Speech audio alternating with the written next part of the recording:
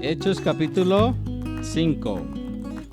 Bueno, venimos hablando acerca de este libro tan especial que encontramos en la palabra del Señor. Y vamos a leer desde el verso número 1, Hechos capítulo 5. Vamos a leer desde el verso número 1. Voy a utilizar la Nueva Traducción Viviente. Dice la palabra del Señor así. Había cierto hombre llamado Ananías, quien junto con su esposa Safira vendió una propiedad y llevó solo una parte del dinero a los apóstoles, pero afirmó que era la suma total de la venta. Con el consentimiento de su esposa, se quedó con el resto. Entonces Pedro le dijo: Ananías, ¿por qué has permitido que Satanás llenara tu corazón? Le mentiste al Espíritu Santo y te quedaste con una parte del dinero. La decisión de vender o no la propiedad fue tuya, y después de venderla, el dinero también era tuyo para regalarlo o no. ¿Cómo pudiste hacer algo así? No nos mentiste a nosotros, sino a Dios. En cuanto Ananías oyó estas palabras, cayó al suelo y murió. Todos los que se enteraron, de lo sucedido, quedaron aterrados. Después, unos muchachos se levantaron, lo envolvieron en una sábana, lo sacaron y lo enterraron. Como 3 horas más tarde, entró su esposa sin saber lo que había pasado. Pedro le preguntó: ¿fue este todo el dinero que tú y tu esposo recibieron por la venta de su terreno? Sí, contestó ella, ese fue el precio. Y Pedro le dijo: ¿cómo pudieron ustedes dos siquiera pensar en conspirar para poner a prueba al Espíritu del Señor de esta manera? Los jóvenes que enterraron a tu esposo están listos afuera de la puerta. Ellos también te sacarán cargando a ti. Al instante, ella cayó al suelo y murió. Cuando los jóvenes entraron y vieron que estaba muerta, la sacaron y la enterraron al lado de su esposo. Gran temor se apoderó de toda la iglesia y de todos los que oyeron lo que había sucedido. Los apóstoles hacían muchas señales milagrosas y maravillas entre la iglesia, y todos los creyentes se reunían con frecuencia en el templo, en el área conocida como el Pórtico de Salomón, pero nadie más se atrevía a unirse a ellos, aunque toda la gente los tenía en alta estima. Sin embargo, cada vez más personas, multitudes de hombres y mujeres, creían y se acercaban al Señor. Como resultado del trabajo de los apóstoles, la gente sacaba a los enfermos a las calles en camas y camillas para que la sombra de Pedro cayera sobre algunos de ellos cuando él pasaba. Multitudes llegaban hasta las aldeas que rodeaban a Jerusalén y llevaban a sus enfermos y a los que estaban poseídos por espíritus malignos, y todos eran sanados. Vamos a dejar allí mientras esta lectura. Veníamos hablando acerca de este libro tan interesante, este pasaje de Hechos, y este libro tan profundo en todo lo que tiene que ver con la iglesia primitiva. ¿Cómo era la iglesia inicialmente? Y hablábamos en la ocasión pasada que nosotros deberíamos mirar ciertas características, deberíamos mirar ciertas actitudes o comportamientos o acciones de la iglesia, y deberíamos nosotros poner en práctica eso. Hay cosas buenas que deberíamos imitar, ¿cierto? Hay cosas buenas que nosotros deberíamos imitar de la iglesia, y el referente nuestro es la iglesia primitiva. ¿Qué hacía la iglesia primitiva en sus inicios? ¿Cómo era su dinámica? ¿Cómo era su actuar? ¿Cómo era el ejercicio espiritual y cómo era el ejercicio ministerial de la iglesia? Y aquí encontramos muchas referencias que deberíamos considerar.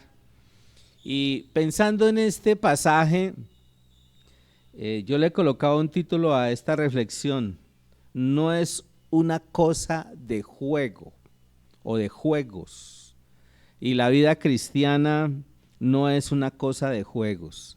Y estos versos que encontramos aquí de alguna manera nos llevan a entender eso, que la vida cristiana es algo serio, que la vida cristiana no es una cosa de juegos, que la vida cristiana hay que tomarla en serio, que hay que vivirla a la luz de todos esos preceptos, a la luz de todas esas ordenanzas que Dios nos ha dejado establecidas. Si Dios nos dice que nos amemos los unos a los otros, ¿qué debemos hacer? Pues amarnos, ¿cierto? Tratarnos bien los unos a los otros. Por ser seres humanos imperfectos por el pecado, pues siempre vamos a tomar actitudes, comportamientos, vamos a tomar conductas, aún paradigmas, pensamientos, razonamientos equivocados. Y ante todo esto, pues Dios nos llama a que cambiemos todas esas cosas equivocadas y asumamos las cosas correctas, cosas que nos pueden ayudar a vivir una vida cristiana de una mejor manera. Miraba este pasaje y algo que entendía es que Dios siempre busca hijos que estén entregados y comprometidos a Él. A eso nos llama, a que hayan hijos entregados y comprometidos a Él. Y la entrega y el compromiso son elementos que nosotros tenemos que estar viendo constantemente en la vida de todos los seguidores de Jesucristo. A eso estamos siendo llamados, a ser personas que estén entregadas, estén comprometidas. Aquí también nos hace referencia, mirando un poco los últimos versos del capítulo 4, nos hace referencia de un personaje, Bernabé. Y Bernabé era un hombre muy devoto a Dios, y Bernabé en su corazón tuvo ese sentir de tomar una de sus propiedades, tenía un terreno, tenía una propiedad, lo vendió y toda esa cantidad del terreno que vendió la donó, hizo una donación muy generosa.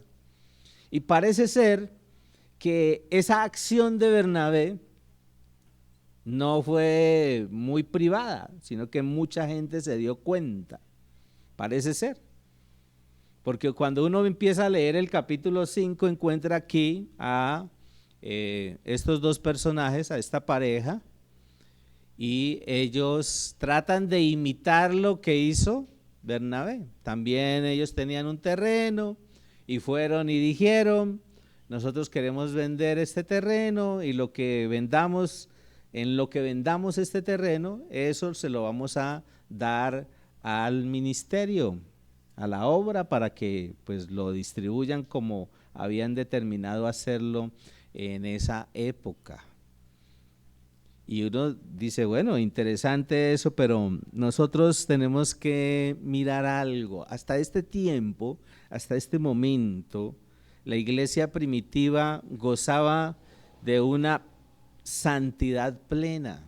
Había características, habían acciones, habían conductas, condiciones favorables para todos. Habían cosas en común que los definían, que los identificaban, pero aquí entró algo negativo y fue la codicia y el egoísmo. Y uno encuentra que la codicia y el egoísmo no son buenos amigos de la iglesia. Cuando la iglesia empieza a mostrar codicia, cuando empieza a mostrar egoísmo como pueblo de Dios, pues eso no le favorece. Y ellos lo que hicieron, como les decía ahora, lo que hicieron fue buscar imitar, pero lo más probable es que buscaron imitar para aparentar y cuando uno busca imitar para aparentar, lo que va a suceder que es destrucción, porque ellos fueron destruidos, murieron, ¿sí? Uno se puede poner a pensar, pero ¿qué malo hicieron ellos? Piense usted, allí donde usted está. O mire al que está a su lado, si no está cabeceando, y dígale, ¿y usted qué piensa? Porque uno podría decir, no, pero ellos no hicieron nada malo, ellos tenían un terreno, el terreno era de ellos, ¿sí? El dinero de lo que ellos vendían era de ellos. Pero ¿qué había pasado allí? ¿Qué había pasado? Se habían comprometido con Dios. Por eso les decía inicialmente que Dios busca hijos entregados y comprometidos. Se habían comprometido con Dios. Fueron delante de los apóstoles y les dijeron, nosotros vamos a vender un terreno y lo que consigamos de la venta de ese terreno es para el ministerio. Utilizando nuestro lenguaje, ¿no? No sé cómo lo habrán dicho ellos, pero ellos se comprometieron. A ver, usted puede decir, no, pero pues eso era de ellos podían hacer con ese dinero lo que quisieran, ¿cierto? ¿Dónde está el problema? ¿Dónde está el problema? El problema está en la codicia, el problema está en el egoísmo, porque si nosotros damos para que nos presten atención o nos den reconocimiento, eso ya no es una actitud correcta. Uno debe dar porque le nace en el corazón. Dios dice que es más bienaventurado dar que recibir. Ahora uno da como propone en el corazón. Y ahí está el asunto, ¿no? Porque ellos propusieron en su corazón inicialmente que iban a dar. Eso fue el compromiso. Pero tenían otras intenciones, porque ellos habían acordado, según lo que dice ahí en la lectura, habían acordado que lo iban a vender, que se sacaban una parte y que luego entregaban la otra y que decían que eso era todo lo que habían recibido. ¿Entiende dónde está el problema? Ahí hay una dificultad que no era correcta y que para Dios fue desagradable. Por eso es de mucho cuidado dar con condicionamientos. Yo he encontrado personas que dicen, yo voy a dar esto para la obra de Dios, pero es para que usted haga tal cosa. Y generan un condicionamiento, ¿sí? A nosotros nos pasó una experiencia muy incómoda estando por allá en Roldanillo, donde una señora llegó y dijo, yo tengo una ofrenda para que compremos una organeta para la iglesia, para el ministerio. Y yo le dije, qué bueno, qué chévere. Y ella llegó y dijo, es tanto, tanto. Yo creo que en esa época era como 150,000 pesos. Estamos hablando hace ya más de 21 años, ¿no? Y entonces yo hice la cotización y yo le dije, no se alcanza con ese dinero a comprar una organeta.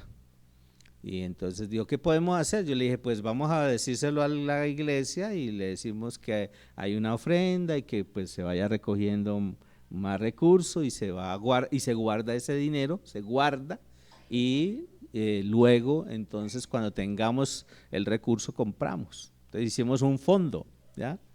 En esas cosas de las finanzas de los ministerios, hubo varios meses en donde las finanzas fueron muy bajitas y no había para pagar el arriendo, pero había un fondo allí de organeta.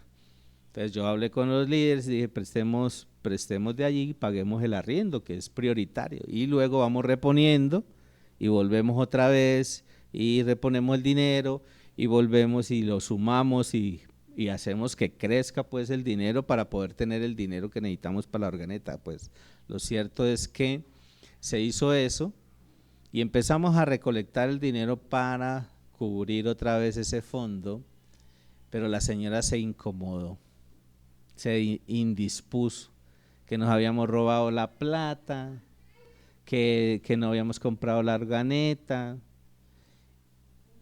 Y yo dije, no, aquí no hay un buen corazón y esto va a dañar a la gente. Y ahí mismo llamé a la tesorera. Afortunadamente era como Lupe, muy ágil, muy diligente. Y entonces llamé a la tesorera y le dije, ¿qué podemos hacer? Y la tesorera dijo, bueno, hagamos, primero oremos y hablemos con la gente. Y empezamos a hablar con la gente y preciso el Señor fue fiel y empezó a entrar ofrendas, los recursos necesarios y logramos establecer el fondo. Entonces yo le dije a la tesorera, hágame el favor y sáqueme lo que la señora donó, métalo en un sobre y llevemos y digámosle, aquí está su ofrenda. Muchas gracias, que Dios la bendiga y chao. Hay cosas que uno tiene que hacer en el ministerio que son producto de las buenas intenciones, pero cuando uno ve malas intenciones, pues toca tomar decisiones. Y eso hace Dios. Uno encuentra a Dios actuando en su soberanía, pero también actuando en su justicia. Y lo ve aquí en detalles tan que podría uno decir, no, esto es muy insignificante como para que Dios hubiera sido tan drástico con lo que Él hizo. Pero Dios es consciente y nos hace conscientes a nosotros de que si imitamos para aparentar, eso va a traer destrucción. Si damos para que nos presten atención o nos den reconocimiento, eso no va a ser lo correcto, que a Dios le agrada. Y si damos con condicionamientos, tampoco. Si retenemos parte de lo que proponemos en nuestro corazón dar. Un asunto de la parte financiera es ese. Mucha gente dice, bueno, ¿yo cómo aporto financieramente al ministerio? Pues como proponga usted en su corazón. Ahí en la Biblia habla de unos principios, está el principio del dar, diezmos, ofrendas, primicias, de cómo propone en su corazón. ¿Sí?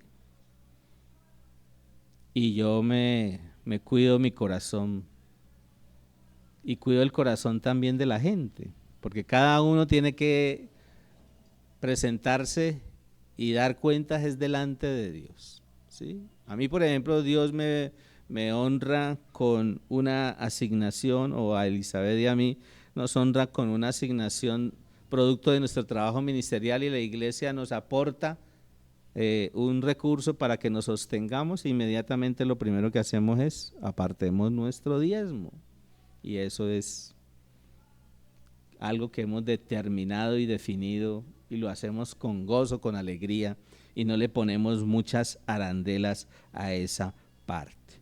Pero cuando miramos allí, en esta escena que estamos leyendo, el versículo 4, allí vemos el problema.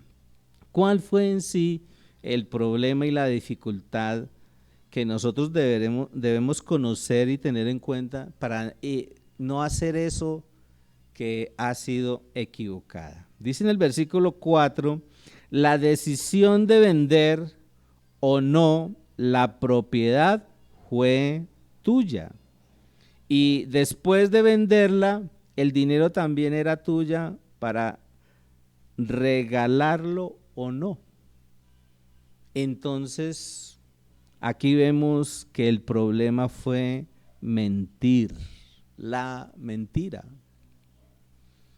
Y el problema fue la mentira. Y mentir es pecado. Y Dios por eso rechaza, por eso repudia esa acción, esa conducta, esa actitud, e inmediatamente actúa. Y actúa de una manera severa. Lo hace de una forma severa. Y lo hace para dar ejemplo. Lo hace para que la gente aprenda a tener, los de la iglesia, temor de Dios. y entiendan que con el Señor la cosa es en serio.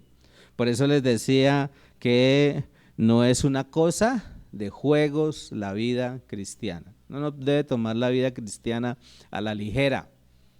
Uno debe vivir la vida cristiana en las mejores condiciones espirituales. Buscar todo el tiempo, ¿no? Todo el tiempo buscar mejorar en el proceso de la vida cristiana. ¿Por qué? Porque mentir a Dios trae muerte y eso lo vemos aquí. Aquí vemos entonces que aunque inicialmente la condición espiritual de la iglesia primitiva era óptima, aquí hubo una falla. Entró allí el enemigo y afectó la vida de estas personas, generando en ellos codicia, egoísmo. Entonces miren que aquí podemos sacar una enseñanza. La condición espiritual es la que determina cómo estamos asumiendo la vida cristiana. Por eso, ¿cómo está usted? Sería la pregunta. ¿Cómo está en su condición espiritual? Uno cuando va donde el médico le hace un chequeo, ¿sí? Y nos hace un chequeo físico. Y dice, los órganos están funcionando, usted la presión, bueno, todos los indicativos o indicadores de que el cuerpo está funcionando bien. Igual vemos que hay algunas cosas o características de la vida cristiana que muestran que nuestra condición espiritual es favorable o es desfavorable. Y cuando uno encuentra egoísmo, cuando uno encuentra actitudes equivocadas, comienza a darse cuenta de que la condición espiritual en medio de la iglesia no es favorable. Y ante esa realidad, ¿qué debemos hacer? Pues cambiar. A eso estamos llamados, ¿cierto? A arrepentirnos, a cambiar y a evaluar, a hacernos conscientes, de pronto estoy fallando en esto, de pronto no estoy siendo una persona que esté actuando, pensando, deseando, haciendo las cosas de la mejor manera. Pero también vemos nosotros, en medio de toda esta narrativa que nos muestra la palabra de Dios, otro elemento, y es la generosidad, la dadivosidad. Y vemos que la dadivosidad y la intimidad espiritual son virtudes que se han perdido hoy en la iglesia. Hoy nos retenemos, ¿no? Hoy retenemos la generosidad. Hablábamos la vez pasada que nosotros desarrollamos el ministerio, es producto de las rodillas de los que oran. Aquí hay un grupo de personas que está constantemente intercediendo, orando, y eso debería ser una dinámica de todos nosotros. ¿Usted está en el acuerdo de oración? Mira al que está a su lado, dígale, ¿usted está en el acuerdo de oración? ¿Usted todos los días tiene una hora para interceder por las necesidades de todos nosotros? Porque ese es el acuerdo de oración. Entonces deberíamos estar entendiendo que la dinámica del ministerio se desarrolla con las rodillas de los que oran, pero también con los pies de los que van. ¿Y quiénes son los que van? Pues los que están ayudando en el ejercicio ministerial, que están ayudando en las diferentes áreas ministeriales. Están haciendo algo, discipulando, están intercediendo, están en la alabanza, están en el ministerio deportivo, están en tantas labores, están en la enseñanza, capacitando, ¿sí? Edificando. Bueno, todos esos elementos son parte de los pies de los que van. Pero también dice, y con las manos de los que dan. Y nosotros deberíamos ser generosos. La vez pasada les decía que de 140 y pico que tenemos fijos, asistentes en las diferentes reuniones que tenemos acá, solo en esta sede, más de 40 y pico, 48, 50 personas, 150 aproximadamente, solo 30 personas aportan financieramente y ayudan para el desarrollo del ministerio. Solo el 30. Eso es muy poquito, ¿cierto? Ahora uno podría decir, no, pero ahí hay niños, pero yo encuentro niños que ofrendan. Que hay jóvenes, bueno, yo también encuentro jóvenes que aportan. Entonces necesitamos nosotros hacernos conscientes, parte de lo que implica la vida cristiana es estar involucrados, participando activamente en todas las esferas del ministerio.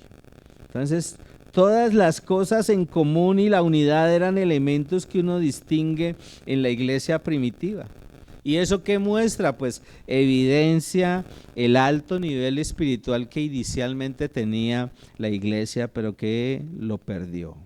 Y lo perdió porque me imagino que descuidaron su intimidad espiritual. Y cuando uno descuida la intimidad espiritual con Dios, eso nos hace egoístas, nos hace pensar solo en nosotros, ¿sí?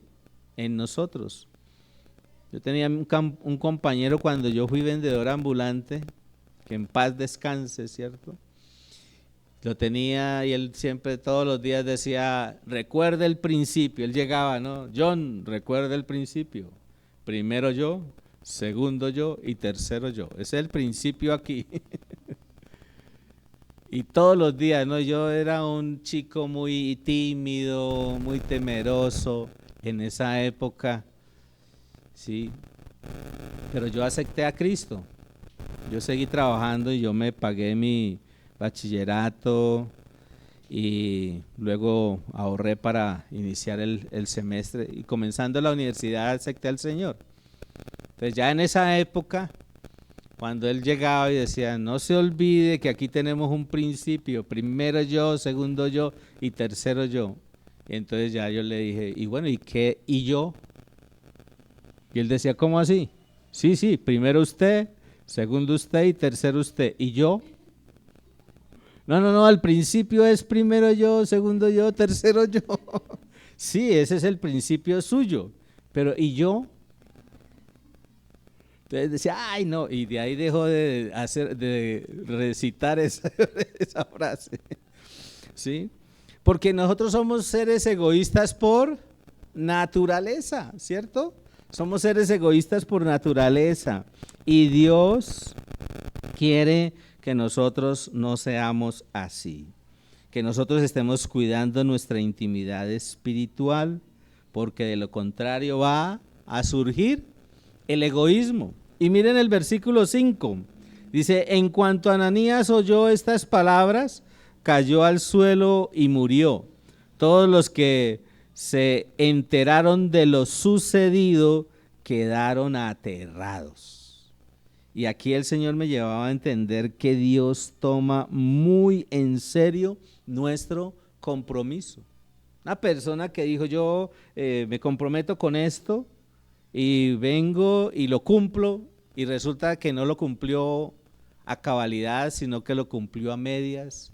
Dios no acepta eso. O tu entrega a Dios es total, o mejor es mejor que usted le diga, como nos hace entender ahí el pasaje, es mejor que usted le diga, vea, yo había decidido dar esto, pero en últimas no. Yo recuerdo una señora que dijo, oren porque voy a vender una casa y yo quiero honrar al Señor, ¿sí? Y llegó con una ofrenda, ¿sí? Y dijo, yo vendí la casa, gracias porque me apoyaron en oración y traigo una ofrenda. Y la ofrenda era como ella propuso en el corazón. Y yo pregunté, ¿usted propuso en el corazón esto como ofrenda? Sí, está bien, no hay problema. O sea, ese asunto es suyo con el Señor, ¿sí? Pero si uno no cumple, Si uno le dice al Señor, Señor, yo te voy a buscar todo el tiempo y solo cuando llueve, o cuando uno se levanta temprano. Y entonces uno se empieza a condicionar en la vida espiritual. Lo que se le promete a Dios se debe cumplir. Y de aquí podemos sacar esa enseñanza. Lo que yo le prometo a Dios, yo debo cumplirlo, sea lo que sea. ¿Sí? Por eso la vida cristiana no es cosa de juegos. ¿Sí? Dios es celoso y Dios disciplina. Dios tiene la capacidad de dar vida como de quitarla. El único que pudo hacer eso fue Dios. Muchos estudiosos hablan de que eso fue culpa de Pedro, que Ananías y Zafira murieran. Pedro no sabía de Ananías. Pedro no sabía que Ananías iba a llegar con ese rollo y iba a decir, aquí traigo todo lo que conseguí de la venta de este lote. ¿Y quién fue el que le avisó a Pedro? El Espíritu Santo. Ananías, ¿por qué tientas al Espíritu Santo? Dice en otra versión, ¿no? Pedro no sabía hasta ese momento y tampoco sabía qué iba a pasar, porque al ratico, ¡pum!, se murió. Pero ya cuando entró Zafira, Pedro sabía, esto va a pasar con ella lo mismo que pasó con el marido, porque ellos se pusieron de acuerdo. Por eso la vida cristiana es una cosa seria. Mire al que está a su lado y dígale, mire, ponga cuidado, la vida cristiana es una cosa seria. Y tenemos que vivir la vida cristiana a la luz de los preceptos de Dios. Tener temor de Dios, no terror, sino temor de Dios, reverencia. Nosotros tenemos que ser reverentes. Tenemos que ser reverentes. Mi esposa es muy directa, ¿no? Ella, por ejemplo, hace algún tiempo veía que la gente masticaba chicle y luego lo dejaban debajo de la... Uno encuentra debajo de las sillas unos montones de chicle, ¿sí? Pero ella es muy gesticulativa. Entonces ustedes ven la cara de Elizabeth y ven si está contenta o si está seria, ¿sí? Yo no le pongo problema, a mí me da risa ver a algunos cabeceando, me da risa ver a algunos moviendo la mandíbula para la derecha y para la izquierda, a mí eso no me... ¿Sí? Yo he visto algunos que se meten el dedo en la nariz y parece que están chuzando un ojo porque les empieza a lagrimear. Y me da risa, no me da problema. Pero la vida cristiana es una cosa seria. Y por eso no debemos tentar o poner a prueba a Dios. Ahí en el versículo 6 dice, después unos muchachos se levantaron y lo envolvieron en una sábana, lo sacaron y lo enterraron. Como a 3 horas o como 3 horas más tarde, entró su esposa sin saber lo que había pasado. Imagínense. Pedro le preguntó, ¿fue este todo el dinero que tú y tu esposo recibieron por la venta de su terreno? Sí, contestó ella, ese fue el precio.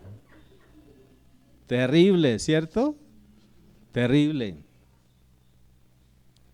Hay cosas en las que uno debe guardarle la espalda al esposo o a la esposa, pero hay cosas en las que uno no puede mentir. ¿Sí? Por ahí oía un chiste de una pareja que se pelearon y entonces la esposa llegó y se fue de la casa y le dijo, me voy con mis amigas y voy a dormir donde mis amigas, donde mi mejor amiga, me voy donde mi mejor amiga y póngala como quiera. Y se fue y volvió al otro día. Y entonces el esposo todo así inquieto empezó a llamar a las amigas, fulanita, mi esposa estuvo por allá. No, señor, no, señor. Y llamó como a 7 mujeres y llamó a la mejor amiga. Y la mejor amiga le dijo, sí, ella estuvo por aquí. De 7 una, ¿no? Y el esposo estaba bien piedro y dijo, no, yo también me tengo que desquitar. Se peleó con la esposa y le dijo, me voy con mis amigos y me voy a dormir donde mi mejor amigo. Y póngalo como quiera. Y se fue. Y volvió al otro día, ¿no? Y la esposa dijo, ¿dónde habrá pasado la noche? Y empezó a llamar. Llamó a 7 amigos. Todos le dijeron que había dormido allí.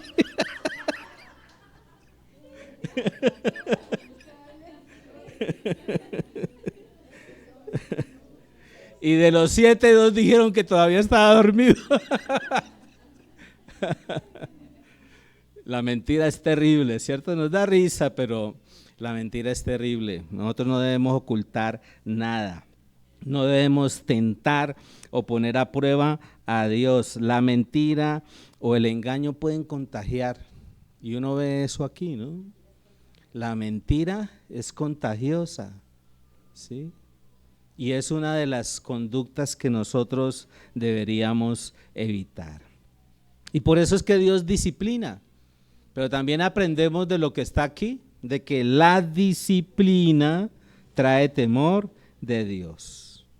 Y es fuerte, porque si usted me acompaña a Primera de Juan, vamos a buscar allí en esta carta, Primera de Juan, en el capítulo 5, en el verso 16. Y miren cómo dice en la Nueva Traducción Viviente. Primera de Juan 5, 16. Si alguno de ustedes ve que otro creyente comete un pecado que no lleve a la muerte, debe orar por él. Y Dios le dará vida a esa persona. Pero hay un pecado que lleva a la muerte. Y no digo que se ore por quienes lo cometen. Y aquí el apóstol está siendo muy enfático, ¿no? Hay pecados que llevan a la muerte. ¿Qué tiene que ver esto? Con la deslealtad a Dios. Cuando uno es desleal a Dios, y la deslealtad a Dios influencia, la deslealtad a Dios afecta negativamente, llevando a la ruina espiritual. Lleva a la ruina espiritual y produce muerte. Uno dice, ¿por qué esta persona se fue antes de tiempo?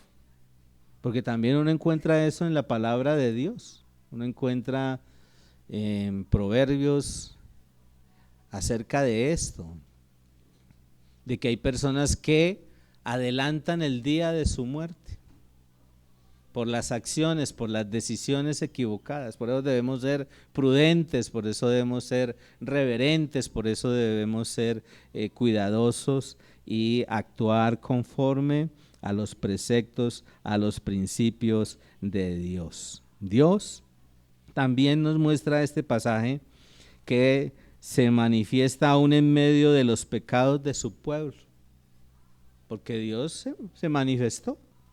Dios hizo algo sobrenatural. Producto de que una persona falló, Dios obró. Y obró en justicia.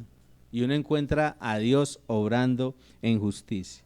Ahí en el versículo 12, volvamos otra vez a Hechos 5. En el versículo 12 de Hechos hasta el 14 dice, los apóstoles hacían muchas señales milagrosas y maravillas entre la gente, y todos los creyentes se reunían con frecuencia en el templo, en el área conocida como el Pórtico de Salomón, pero nadie más se atrevía a unirse a ellos, aunque toda la gente los tenía en alta estima. Sin embargo, cada vez más multitudes de hombres y mujeres creían y se acercaban al Señor. Y encontramos aquí la manifestación de Dios, que Él se manifiesta aún en medio de las actitudes equivocadas de la gente.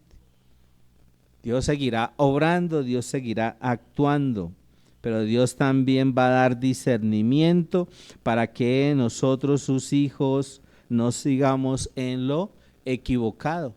Dios dará discernimiento, ¿sí? Y hará que nosotros podamos acercarnos a las personas y ayudarles a que corrijan lo equivocado.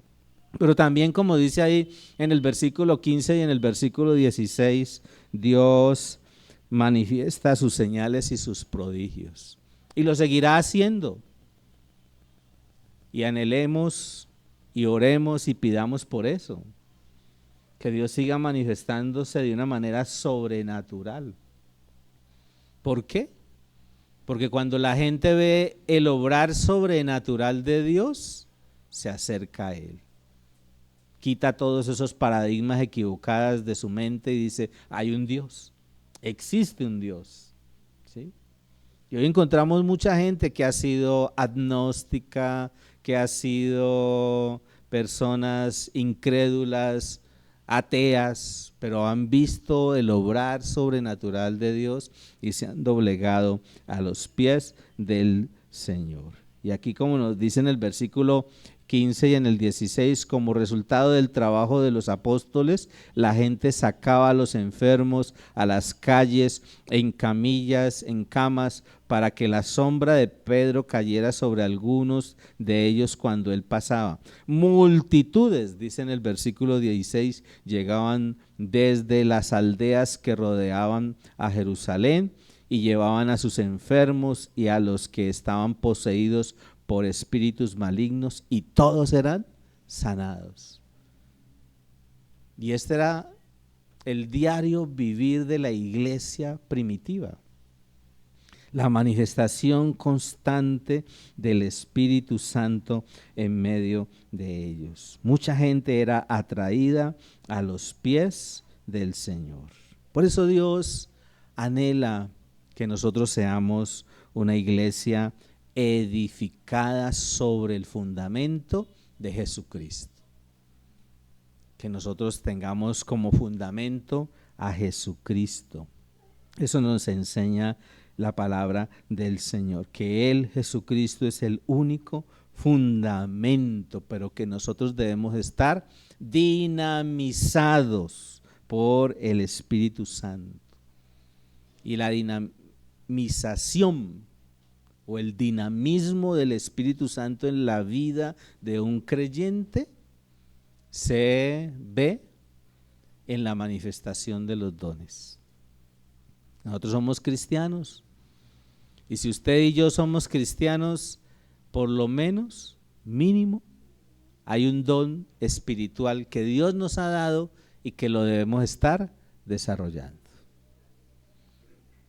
Pregúntele a su hermano, a la persona que tiene ahí al lado, pregúntele cuál es el don que Dios te ha dado y cómo lo estás usando.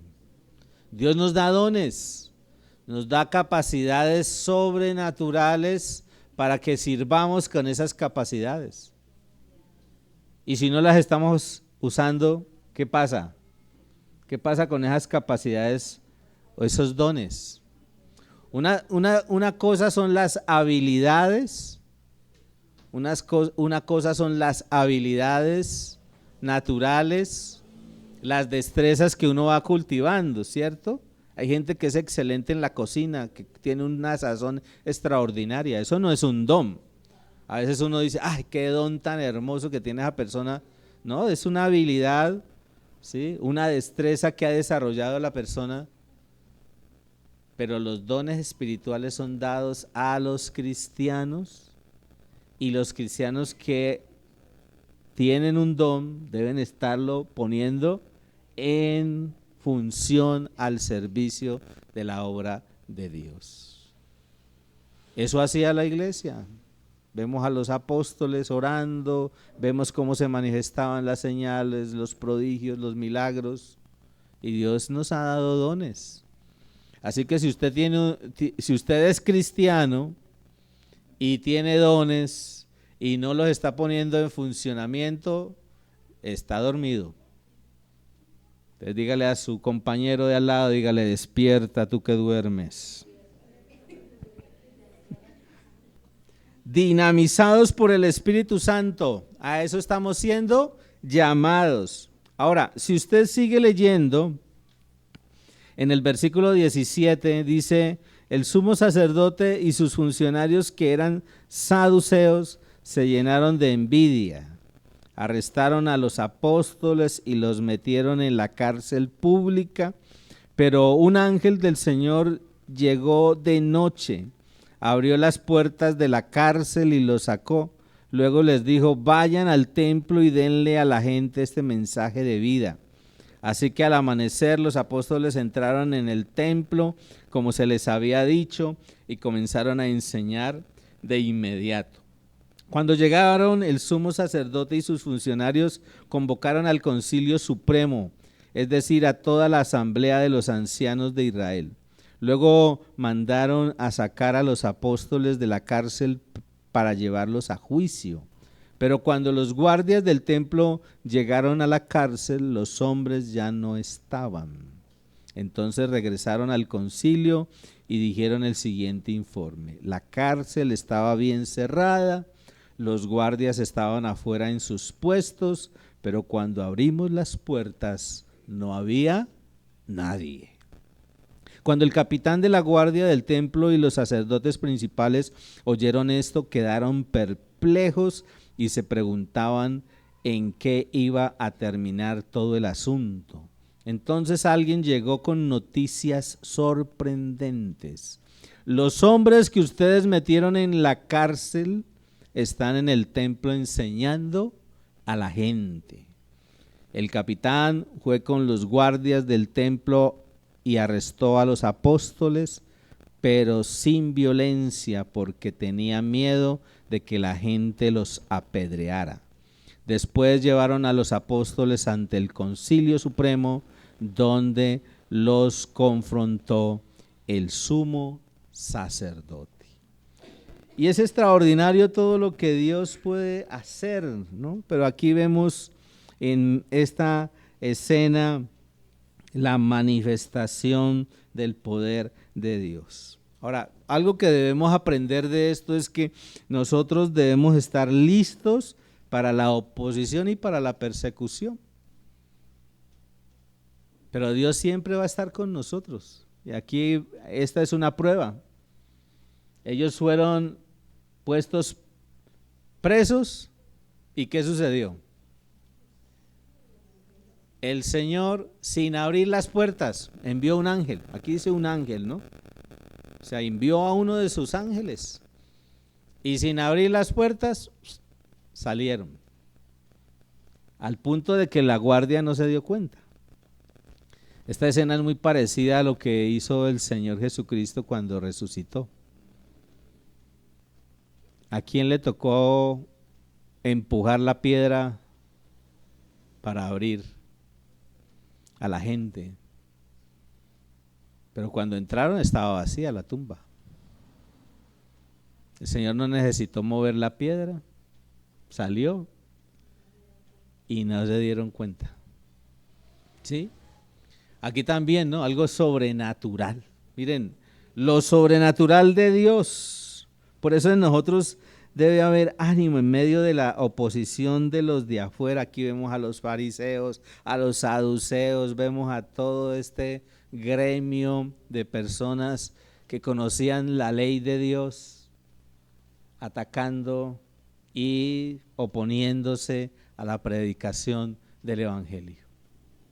Pero Dios seguirá obrando y seguirá actuando para que se cumpla su propósito. Dios siempre actuará a través de su iglesia.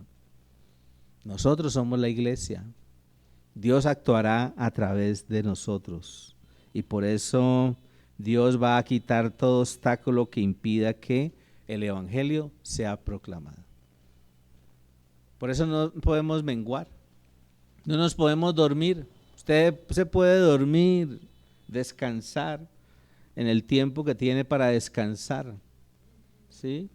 Pero en el tiempo que Dios ha determinado que nosotros hagamos su obra, nosotros tenemos que poner a funcionar los dones, los talentos que Dios nos ha dado. ¿Qué es lo que Dios nos ha dado y cómo lo ponemos a funcionar? No nos pongamos a esperar. No nos pongamos a esperar. Actuemos en función de lo que Dios nos dice que debemos hacer.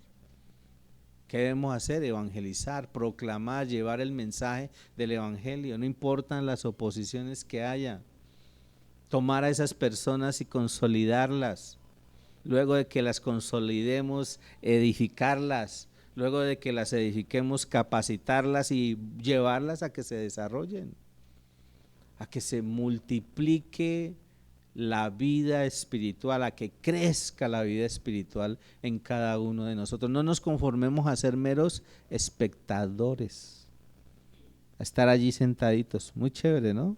Estar ahí uno sentadito, ¿sí? Pero Dios quiere que actuemos. Dígale a su compañero de al lado, Dios quiere que actuemos. ¿Y cuántos quieren actuar? ¿Cuántos se quieren meter en la película, como decía alguien? ¿Cuántos quieren ser parte del reparto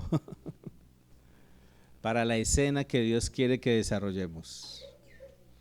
Bueno, entonces póngase de pie. Si usted quiere ser parte de la obra de Dios, póngase de pie y vamos a darle gracias al Señor por este momento.